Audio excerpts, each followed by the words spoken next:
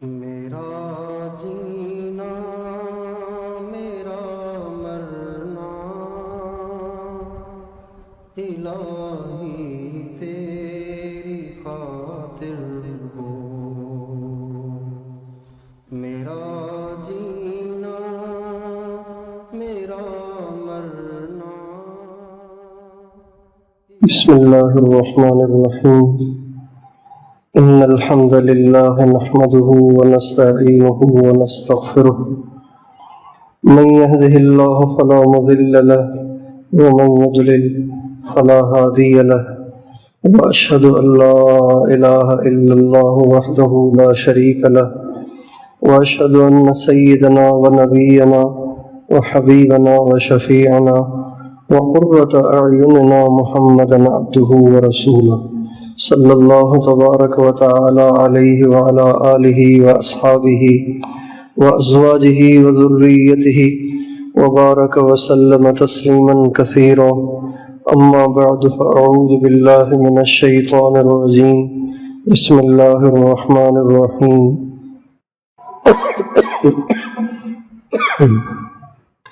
انما یوفی الصابرون اجرهم بغیر حساب، وقال تعالى والكاظمين الغيظ والعافين عن الناس والله يحب المحسنين۔ سبحان ربك رب العزة عما يصفون وسلام على المرسلين والحمد لله رب العالمين۔ اللهم صل على سيدنا محمد وعلى آل سيدنا محمد وبارك وسلم۔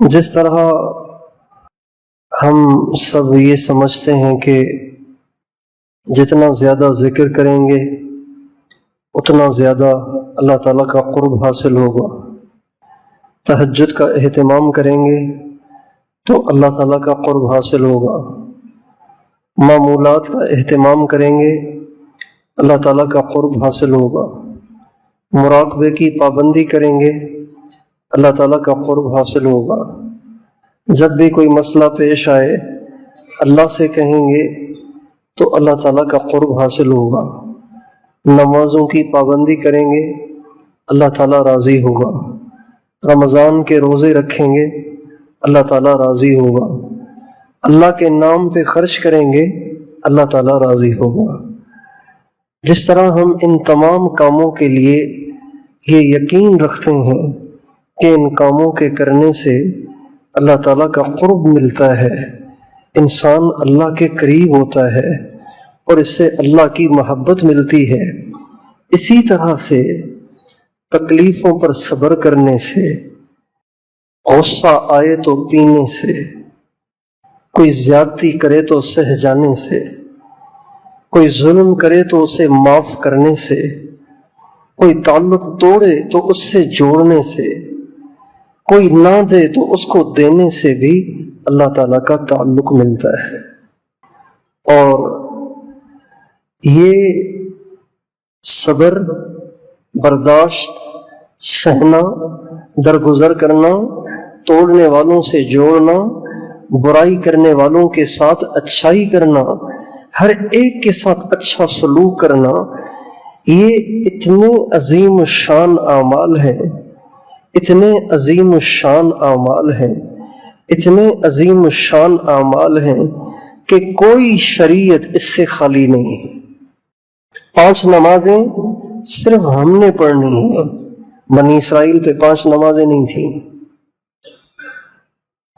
رمضان کے اس نوعیت سے روزے یہ صرف ہمارے لیے ہیں، زکوٰۃ کی مقدار متعین یہ صرف ہمارے لیے ہے، لیکن تکلیف دینے والوں کی تکلیفوں پہ صبر کرنا، کوئی زیادتی کرے تو اسے معاف کرنا، درگزر کرنا، انتقام نہ لینا، کوئی ری ایکشن نہ دینا، کوئی تعلق توڑ دے تو اس سے تعلق پھر بھی جوڑے رکھنا، کوئی نہ دے اس کو بھی دینا، کوئی محروم کرے اس کو بھی عطا کرنا، کوئی برائی کرے اس سے اچھائی کرنا، یہ وہ صفات ہیں جو ہر شریعت میں محمود رہی ہیں، مطلوب رہی ہیں، اور ان تمام صفات کا ہر شریعت میں حکم دیا گیا ہے۔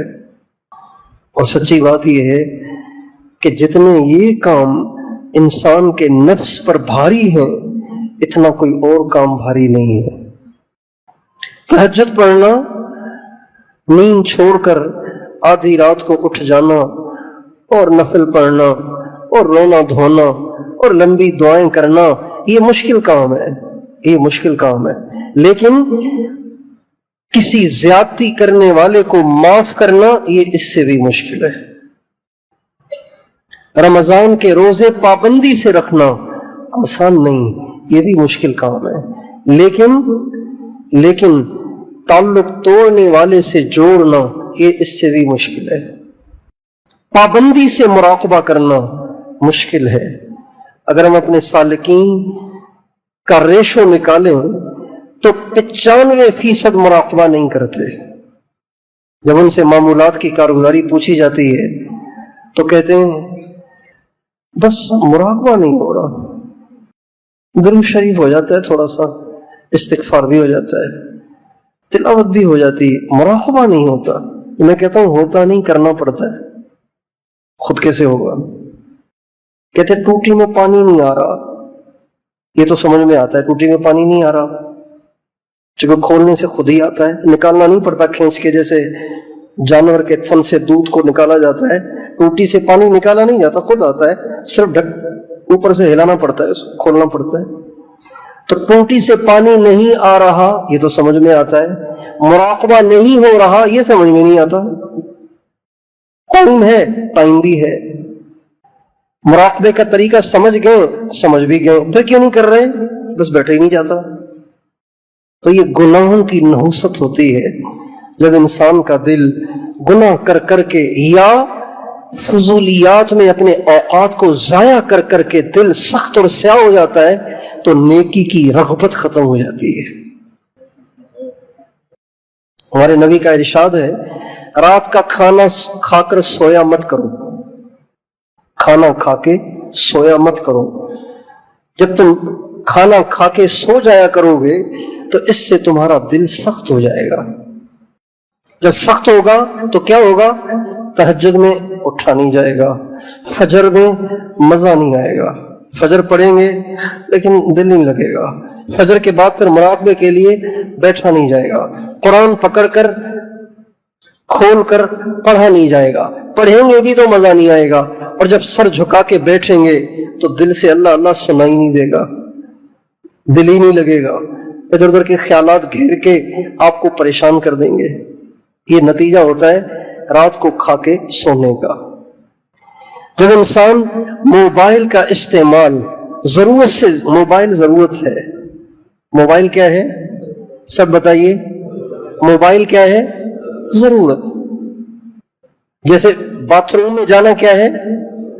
پیشاب کرنے کے لیے بیٹھنا کیا ہے؟ کوئی خام خواہ شلوار کھول کے بیٹھتا ہے؟ بیٹھا ہوا ہے 1 گھنٹہ 2 گھنٹے، بھائی WC پہ کموڈ پہ تو ضرورت کے لیے بیٹھا جاتا ہے۔ موبائل ضرورت ہے، موبائل کوئی شغل نہیں ہے، موبائل کوئی کام نہیں ہے، موبائل کوئی زندگی کا مقصد نہیں ہے کہ بس اسی میں لگا رہے آدمی، اسی میں لگا رہے، اسی میں لگا رہے، اسی میں لگا رہے۔ ضرورت ہے، جیسے ٹشو ضرورت ہے، ہر وقت تو آپ ٹشو ہاتھ میں نہیں رکھتے، ہر وقت تو استنجے کا ڈھیلا ہاتھ میں نہیں رکھتے، ہر وقت تو ٹشو ہاتھ میں نہیں رکھتے، ہر وقت تو جھاڑو ہاتھ میں نہیں رکھتے، ہر وقت تو جوتا ہاتھ میں نہیں رکھتے، ہر وقت تو وائپر، ہاں پانی گر گیا ہے، اب کیچڑ ہو رہا ہے، پھسلنے کا اندیشہ ہے، اب آپ وائپر اٹھائیں گے، جھاڑو اٹھائیں گے، کچرا پھیل گیا ہے، بچوں نے چیزیں کھائی ہیں، کچرا پھیل گیا ہے، اب آپ جھاڑو اٹھائیں گے۔ خام خواہ جھاڑو لیے کوئی بیٹھا رہے تو کیا کہیں گے؟ عجیب آدمی ہے۔ موبائل ضرورت ہے، یہ شغل نہیں ہے، یہ کوئی کام نہیں ہے، یہ ضرورت ہے۔ جب آدمی اس کو شغل بنا لیتا ہے، اس میں اپنے اوقات کو برباد کرنے بیٹھ جاتا ہے تو پھر اس کے دل پہ اس کے اثرات پڑتے ہیں۔ اس کا دل سخت ہو جاتا ہے۔ ہمارے استاد صاحب اللہ تعالیٰ ان کی قبر کو منور کرے، وہ یہ بات بہت کہتے تھے، وہ فرماتے تھے سب سے زیادہ دل کو سیاہ اور سخت کرنے والی چیز اپنے اوقات کو بغیر کسی مقصد کے ضائع کرنا ہے۔ چونکہ گناہ تو کرتا ہے کوئی کوئی، اور وہ کرتا ہے کبھی کبھی، فضول کام تو ہر وقت کرتا ہے آدمی، فضول کام تو ہر وقت کرتا ہے اور اس کو برا بھی نہیں سمجھتا۔ عنوان بدل رہا ہے لیکن چھڑا ہے تو سن لیجیے۔ اللہ تعالیٰ قرآن مجید میں 18ویں پارے کی ابتدائی آیتوں میں ان ایمان والوں کی صفات بتاتے ہیں کہ جو ایمان لانے کے بعد کامیاب ہو گئے۔ ہر مسلمان کامیاب نہیں ہوتا، بہت سے مسلمان بھی خسارے میں جاتے ہیں۔ وہ مسلمان کامیاب ہیں جن میں یہ صفات ہیں۔ ان میں پہلی صفت قد افلح المؤمنون، مسلمان کامیاب ہیں، سارے نہیں۔ کون سے؟ الذین هم فی صلاتهم خاشعون، جو نماز پڑھتے ہیں خشوع و خضوع کے ساتھ، سر سے نہیں اتارتے، کوے کی سی ٹھونکے نہیں مارتے، مزے لے لے کر دھیان سے، توجہ سے، استغراق سے، محویت کے ساتھ، پوری توجہ کے ساتھ نماز پڑھتے ہیں۔ خشوع اصل میں توجہ کو بھی نہیں کہتے، خشوع کہتے ہیں اپنے دل کا اللہ کے سامنے جھکا دینا۔ خضوع کہتے ہیں جسم کے جھکانے کو، خشوع کہتے ہیں دل کے جھکانے کو، دل جھکا ہوا ہو۔ جیسے کسی سے بہت محبت ہو اور بڑے عرصے کے بعد ملاقات ہوئی ہو تو دل کرتا ہے، دل میں یہ جذبہ موجزن ہوتا ہے کہ اس کے سامنے بچھ جاؤں، بس آدمی بچتا نہیں ہے لیکن دل کرتا ہے بس بچھ جاؤں اس کے ساتھ، اس کو کہتے ہیں خشوع۔ قد افلح المؤمنون الذین هم فی صلاتهم خاشعون، پہلی صفت کہ وہ نماز میں خشوع خضوع سے کھڑے ہوتے ہیں۔ اور والذین هم عن اللغو معرضون، اور وہ جو فضول کام نہیں کرتے، یہ مومن کامیاب ہیں۔ جو فضولیات میں اپنے وقت کو ضائع کرتے ہیں یہ نہیں ہیں کامیاب۔ اور پھر والذین هم عن اللغو معرضون کا الذین هم فی صلاتهم خاشعون کے متصل بات ذکر کرنا اس بات کی طرف اشارہ ہے کہ نماز کا خشوع اسے حاصل ہوگا جو پہلے لغویات کو چھوڑے گا، فضولیات کو چھوڑے گا، اپنے اوقات کو ضائع اور برباد کرنے سے توبہ تائب ہوگا، پھر نماز میں خشوع آئے گا۔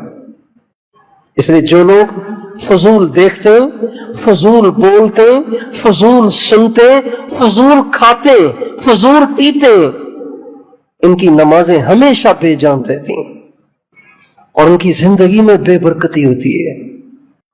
ہمارے حضرت مولانا نذر الرحمان صاحب کے پاس ہم سبق پڑھتے تھے تو ہم نے دیکھا کہ کئی دفعہ ذہین ترین لڑکا ان کے سامنے اٹک جاتا تھا، تو جو ہی وہ عبارت میں اٹکتا تھا تو فوراً مولانا نظر اٹھاتے اور فرماتے بندے خدا لایا نہیں چھوڑو، بندے خدا لایا نہیں چھوڑو۔ اور اگر کوئی کمزور لڑکا جسے کچھ نہیں آتا وہ کھڑا ہوتا، وہ غلطی کرتا، تو کبھی مولانا یوں نہیں کہتے تھے بندے خدا لایا نہیں چھوڑو، بلکہ اس کو لقمہ دیتے تھے۔ اور وہ جو ذہین ہوتا تھا وہ واقعی لایا نہیں کرتا تھا، جو کمزور وہ بڑی محنت کرتا تھا لیکن کیا کرتا، بیچارے کی استعدادی اتنی تھی۔ یہ 20 دفعہ نہیں، سینکڑوں دفعہ یہ تجربہ ہوا۔ اور فرماتے تھے جو لایانی کا ایک بول بولے گا اس کے دن کے سارے کاموں میں بے برکتی آ جائے گی، سارے کاموں میں۔ بے برکتی کا کیا مطلب؟ ہر چیز میں بے برکتی کا کیا مطلب؟ جو بھی کام کرے گا اس کا پورا نفع نہیں ہوگا، مراقبے سے جو نفع ہونا چاہیے وہ نہیں ہوگا، تلاوت سے جو نفع ہونا چاہیے نہیں ہوگا، کھانے سے جو جسم کو نفع ہونا چاہیے وہ نہیں ہوگا، کمانے سے جتنا نفع ہونا چاہیے اتنا نہیں ہوگا، ہر کام میں بے برکتی ہوگی۔ یہ لایانی کا نتیجہ ہے، فضول کاموں میں لگنے کا نتیجہ ہے۔ تو مراقبہ مشکل ہے،